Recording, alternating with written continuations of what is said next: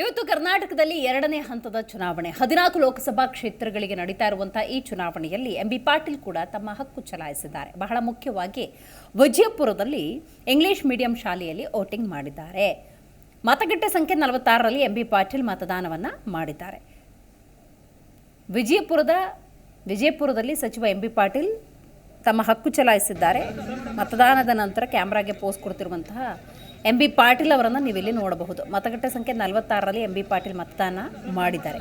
ಬಹಳ ಮುಖ್ಯವಾಗಿ ವೋಟಿಂಗ್ ನಂತರ ಎಂಬಿ ಪಾಟೀಲ್ ಪ್ರಜ್ವಲ್ ರೇವಣ್ಣ ಪ್ರಕರಣದ ಕುರಿತಂತೆ ಕೂಡ ಮಾತನಾಡಿದ್ದಾರೆ. ಪ್ರಜ್ವಲ್ ರೇವಣ್ಣ ಅವರದು ಅತಿರೇಕದ ಹೇಯ ಕೃತ್ಯ ಅಂತ ಹೇಳಿದ್ದಾರೆ. ಕಠಿಣವಾದ ಶಿಕ್ಷೆ ಕಾನೂನು ಪ್ರಕಾರ ಆಗುತ್ತೆ ಅನ್ನೋದು ಎಂಬಿ ಪಾಟೀಲ್ ಮಾತು.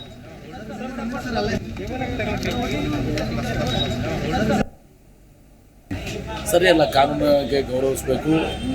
ಒಂದು ಕಾನೂನು ಮುಂದೆ ಅವರು ಬಂದು ಸರೆಂಡರ್ ಆಗಿ ತನ್ನ ಕಾನೂನು ಕೇಸ್ ಎದುರಿಸ್ಬೇಕು.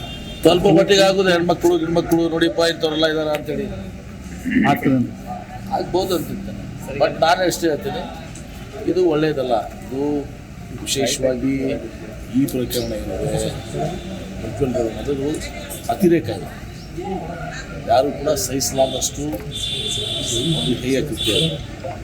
ಸಾವಿರಾರು ಜನರ ಜೊತೆ ಅದ್ರ ಜೊತೆಗೆ ಎಲ್ಲೋ ಒಂದು ಕಡೆ ಅದನ್ನು ಅವನಿಗೆ ಕಠಿಣವಾದಂಥ ಶಿಕ್ಷೆನ ಕಾನೂನು ಪ್ರಕಾರ ಅವನು ಭಾಗಿಯಾಗಿದ್ದರೆ ಕಾನೂನು ಪ್ರಕಾರ ಅದೆಲ್ಲ ಒಂದು ಕಡೆ ಇದು ಈ CDPD ಇದೆಲ್ಲ ಸ್ವಲ್ಪ ಈ ರಾಜಕೀಯ ಇದನ್ನೇ ಜನ ಬೇಸರ ಮಾಡ್ತಿರ್ತಾರೆ.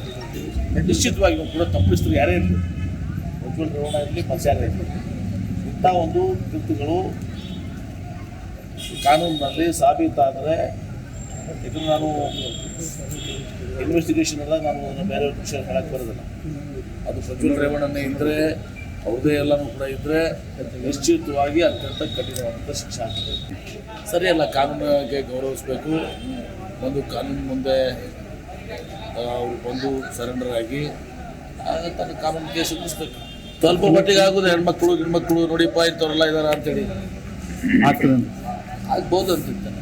ಬಟ್ ನಾನು ಎಷ್ಟೇ ಹೇಳ್ತೀನಿ, ಇದು ಒಳ್ಳೆಯದಲ್ಲ. ಇದು ವಿಶೇಷವಾಗಿ ಜಿ ಕನ್ನಡ ನ್ಯೂಸ್ ಈಗ ನಿಮ್ಮ ಮನೆಯಲ್ಲೇ ನೋಡಿ. ಎಲ್ಲ ಕೇಬಲ್ಗಳಲ್ಲಿ ಈಗ ಲಭ್ಯ. Sun Direct 292, Jio TV 1334, U digital 162, City Cable 51, GTPL 17, Abhishek cables 821, Rock Line telecommunication 51, Shri Basaveshwara number 60, Vinayaka digital number 53, in digital number 896ರಲ್ಲಿ.